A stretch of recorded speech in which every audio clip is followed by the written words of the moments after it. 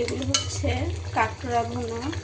এখানে দিচ্ছি বাটা মশলা, আদা আদা রসুন, এলাচ, গোলমরিচ, একটু জয়ফল জয়ত্রী দিয়েছি, হচ্ছে কাঁচামরিচ, পেঁয়াজ।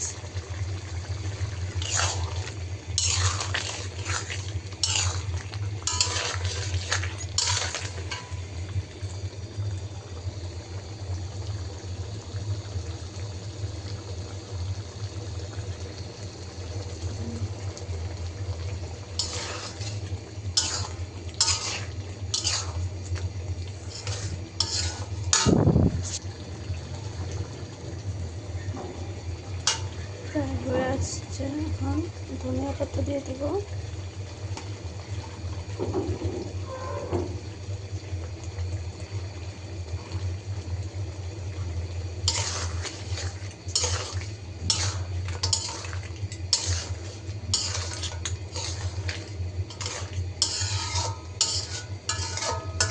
কাঁকড়া কুটতে কিন্তু অনেক কষ্ট, অনেক সময় লাগে, অনেক কষ্ট হয়। এই যে একেবারে এরকম ফ্রেশ করে কাঁকড়া কাটছি। এই যে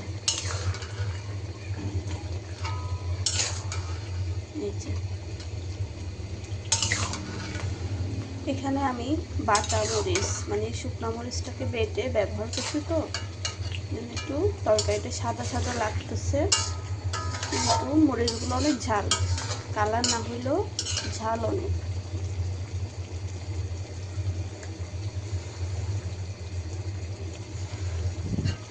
কাঁকড়ার সাইজগুলো অনেক বড়, কিন্তু কাটছি ছোট ছোট করে।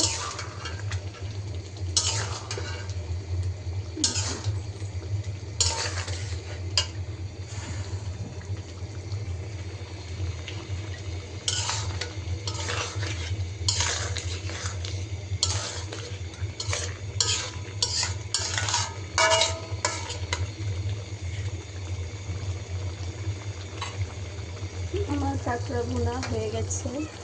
একটু চুলাটা ছোট করে আর একটু ঢাকা দিয়ে দেবো।